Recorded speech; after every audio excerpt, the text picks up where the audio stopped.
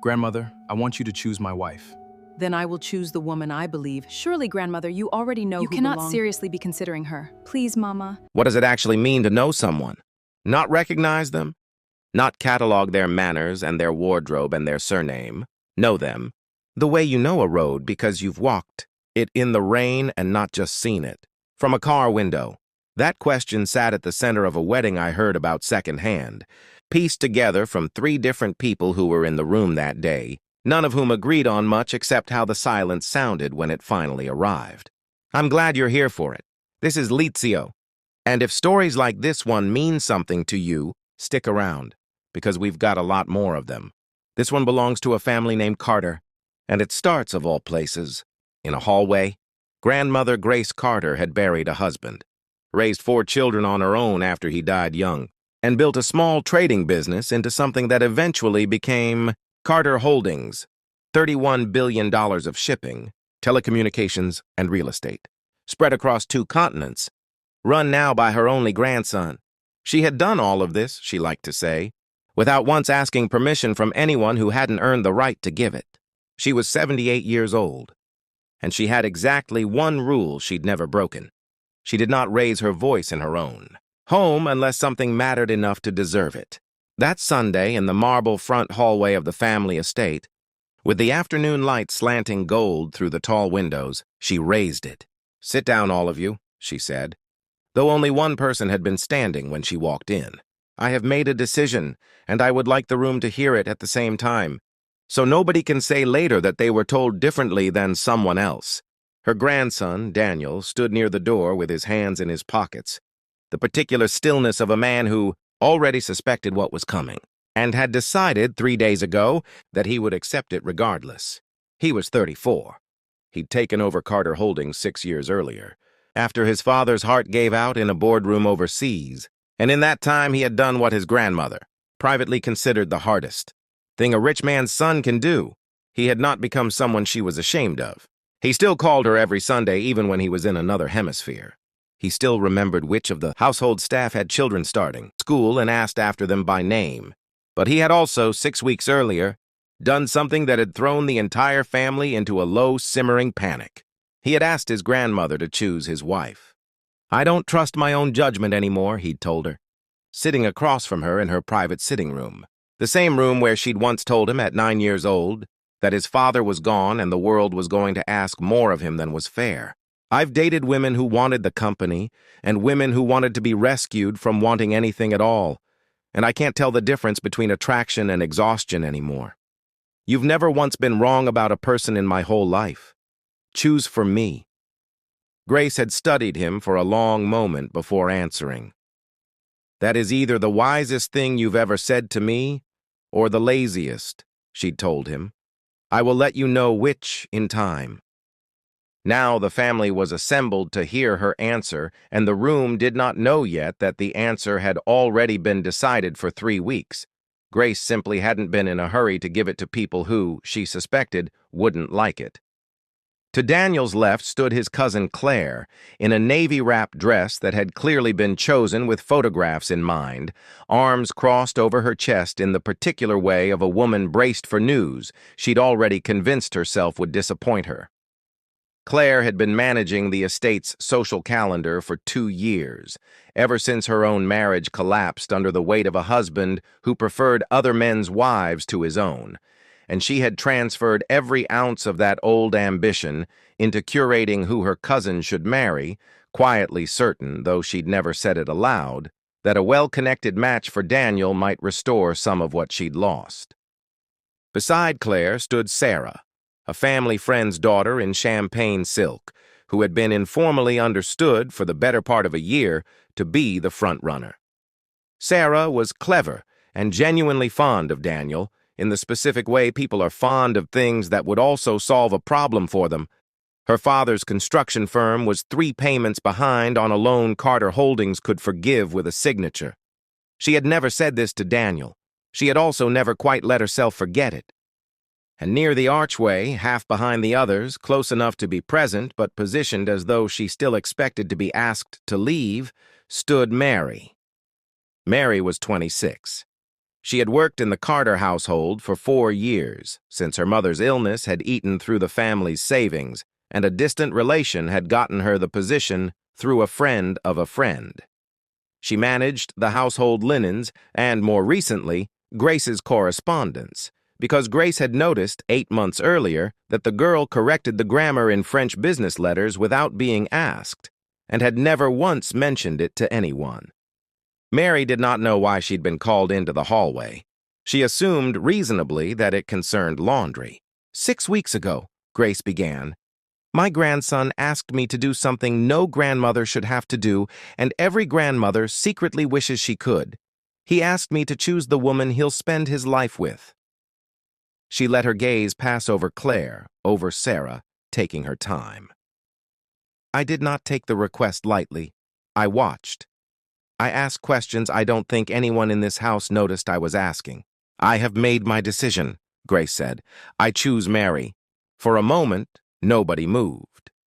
The gold afternoon light kept slanting through the windows as if nothing in the room had changed, which made the silence stranger, not gentler. Then Sarah laughed. One short, disbelieving syllable, more shock than cruelty, though it would curdle into something closer to cruelty within the next 30 seconds. I'm sorry. The maid. Mary, Grace corrected without raising her voice again. She had already used her one raise for the day, and she did not intend to spend another. Claire's mouth had gone thin and tight. Grandmother, with respect, I don't think you understand what you're... She works for us. She irons your sheets. I understand precisely what she does, Grace said. I read the letters she drafts on my behalf that are sharper than anything my own lawyers send me. I have watched her sit with the housekeeper's daughter for 2 hours after the girl's father died. Not because it was her job, but because no one else thought to. I have watched my grandson not notice her for 4 years, which tells me something about him, and I have watched her never once try to make him notice her, which tells me a great deal more about her. Daniel had not said a word since his grandmother began speaking. He was looking at Mary now, and Mary, who had gone very pale, one hand pressed flat against her collarbone as if trying to keep something inside her chest from climbing out, was looking at the floor. This is a joke, Sarah said, and there was an edge now, sharp enough to cut through the polite fiction the room had been maintaining. This has to be some kind of test. It is not a joke, Grace said, and if you'd like to know what kind of test it is, you may ask yourself why the idea makes you this angry. Mary finally lifted her eyes. Not to Grace, not to the 2 furious women flanking her, but to Daniel, searching his face for something that would tell her whether to be afraid. What she found there was not what she expected. He looked, for the first time since his father's funeral, entirely undefended. Daniel, Claire said, sharp, urgent, the way you'd say a name to wake someone from a dream that was about to become a nightmare. Say something. He didn't look away from Mary. I am, he said quietly, just not to you. And in the stunned quiet that followed, before anyone else could speak, before Sarah could find the next cruel thing to say or Claire could reach for her cousin's arm, Mary did something none of them expected. She turned and walked out of the hallway entirely. Mary didn't stop walking until she reached the linen room at the back of the house, the small, windowless space where she'd spent 4 years folding other people's sheets, and only there did she let herself sit down. I don't want to manage the room, Daniel said. I want to know why you left. She laughed, short and humorless, and finally turned to face him. Because your grandmother stood in front of your whole family and announced who you're going to marry like she was reading out a shipping contract, and not one person in that hallway, including you, thought to ask me a single question first. Daniel opened his mouth, then closed it again, which she noticed, and which surprised her more than anything he might have said. You're right, he said finally. You're right. I've spent 4 years in this house, Mary said, and for most of it you didn't know my last name. I'm not saying that to be cruel. I'm saying it because it's true, and because I think you know it's true, and because it matters to what just happened in there. Your grandmother can see something in me. Fine. I respect her more than almost anyone alive, but she deciding I'm worth marrying doesn't mean I've decided anything at all. Nobody in that room asked me what I wanted. They just argued about whether I deserved it. Daniel lowered himself slowly onto a stack of folded linens across from her, close enough to talk quietly, far enough to not crowd her. When I asked her to choose, he said, I think some part of me wanted exactly what just happened in there. For someone else to hand me a decision so I wouldn't have to sit with how badly I've made everyone before it. That's not fair to you. I see that now.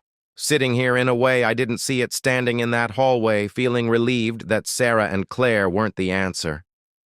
He looked down at his hands. I've thought about you before. More than you'd guess. I never let myself finish the thought, because you worked in my house, and there's a version of this where that's exactly the kind of story that ends badly for the person with less power in it. I didn't want to be a man who did that to someone. So instead, you let your grandmother do it for you, Mary said, though without the same edge as before, which is its own kind of not finishing the thought. Yes, he admitted, it is. They sat with that for a while, the quiet broken only by the distant muffled sound of raised voices somewhere back in the house. Claire's, probably, or Sarah's, still processing what they'd witnessed. Daniel nodded slowly. Then let me ask you something. Not about marriage. Just, would you have dinner with me? As two people who've apparently thought about each other more than either of us admitted, and know almost nothing else about one another yet. Mary studied him for a long moment. The same searching look she'd given him in the hallway, except this time she wasn't looking for permission to be afraid. Thursday, she said. I have Thursdays off. The rest of the family did not receive the news calmly, and Grace had not expected them to. Sarah left the estate within the hour, her father's driver pulling the car around before she'd even finished packing, and the loan her father owed Carter Holdings was neither called in nor forgiven.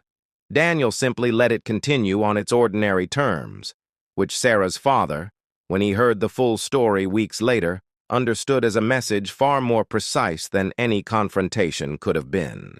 Claire stayed, but not gracefully. She cornered her grandmother in the sitting room that evening, the same room where Daniel had once made his request. Do you understand what you've done? Claire said. The people we do business with, the people who come to this house, they're going to talk. They're going to say the Carter family let the help into the family. They will say what small people say, Grace replied, unbothered, pouring tea she didn't especially want. I have been rich long enough to know that the ones who gossip about who marries whom are rarely the ones whose opinion built anything worth having. I did not choose Mary to make a point to anyone, Claire. I chose her because for 4 years I have watched who she is when nothing is being asked of her, and that is the only test that has ever told me anything true about a person. Claire sat down heavily across from her, some of the fight going out of her posture. And what about me? What am I supposed to do with the fact that I spent 2 years managing this family's image, trying to build something for myself, out of the wreckage of my marriage, and you just handed the future of this family to a woman who used to fold my laundry? It was, Grace realized, the most honest thing her granddaughter had said in a long while. You are asking the wrong question, Grace said, gentler now. You've spent 2 years trying to matter to this family by managing who else mattered to it. That was never going to work, Claire, because it was never really about Daniel's wife. Find something that's actually yours to build, and I promise you, no maid, no cousin, nothing anyone else does will feel like a threat to it ever again. Claire didn't answer. But she also didn't leave the room, which Grace understood, in the particular language of that family, as the beginning of an answer rather than the end of one. Daniel and Mary's first dinner was not, by any account either of them gave later, especially romantic. It happened at a small grill spot near the university, chosen by Mary specifically because it had no valet, no maitre d', and no possibility of anyone recognizing the Carter name and adjusting their behavior accordingly. I want to see what you're like when no one's performing for you, she told him, when he raised an eyebrow at the plastic chairs. You strike me as a man who's had very few chances to find out. He laughed, a real laugh, unguarded, the kind Mary realized she'd never once heard from him in 4 years under the same roof. They talked for 3 hours. He learned that her mother had recovered from her illness, but never fully from the debt it left behind, and that Mary sent home more than half of what she earned without ever mentioning it to anyone in the house. She learned that he'd wanted, at 19, to study marine biology, and had abandoned it within a month of his father's funeral without ever telling a single person he'd grieved that smaller loss too. Neither of them talked about the company or the family or what had happened in the hallway until the very end of the evening, when Mary finally asked the question she'd been circling for an hour. "If your grandmother hadn't said anything," she said, "would you ever have said something to me yourself?" Daniel considered the question with the seriousness it deserved. "I'd like to tell you yes," he said. "The truth is, I don't know. I think I might have spent another year finding reasons not to, and told myself it was respect for your position, when really it might have just been fear dressed up as respect. I'm not proud of that. But I'm glad I get to find out now instead of 5 years from now wondering." It took 8 months, not the neat, tidy weeks a family announcement might have implied, before Mary agreed to marry him, and when she finally did, it was in the linen room, of all places, where he'd found her a proposal ring wrapped inconspicuously inside a folded pillowcase because she'd once told him, laughing, that it was the one room in the house that had only ever belonged to her. Grace attended the wedding in an outfit the same defiant orange as the day she'd pointed her finger down that hallway, and when the officiant asked if anyone objected, the silence that followed was, by every account, an entirely different silence than the one that had filled that hallway 8 months before. Not shocked, not bracing for impact, just full, the way a room gets full when everyone in it has finally agreed on what they're looking at. Claire stood as a witness. She'd started, 3 months earlier, a small foundation of her own, funding vocational training for young women aging out of domestic work. An idea, she told anyone who asked, that she'd apparently had for years and simply never gotten around to building until she stopped trying to manage everyone else's life instead of her own. Sarah did not attend. Nobody expected her to, and nobody held it against her. At the reception, Mary found Grace alone for a moment near the edge of the garden, watching the string lights come on against the dusk. "You knew," Mary said. "Not just that I was capable. You knew he'd have to actually ask me himself or none of it would matter." Grace smiled, the particular smile of a woman who had spent 78 years learning exactly how much to say and when. "I did not choose your husband for you, child. I only made him brave enough to notice what was already true. The choosing," she said, taking Mary's hand, "was always going to have to be yours. If this story stayed with you, tell me in the comments which moment landed hardest. I read every one. And if you're new here, welcome to Lizio. Subscribe, because there are many more people worth choosing to see."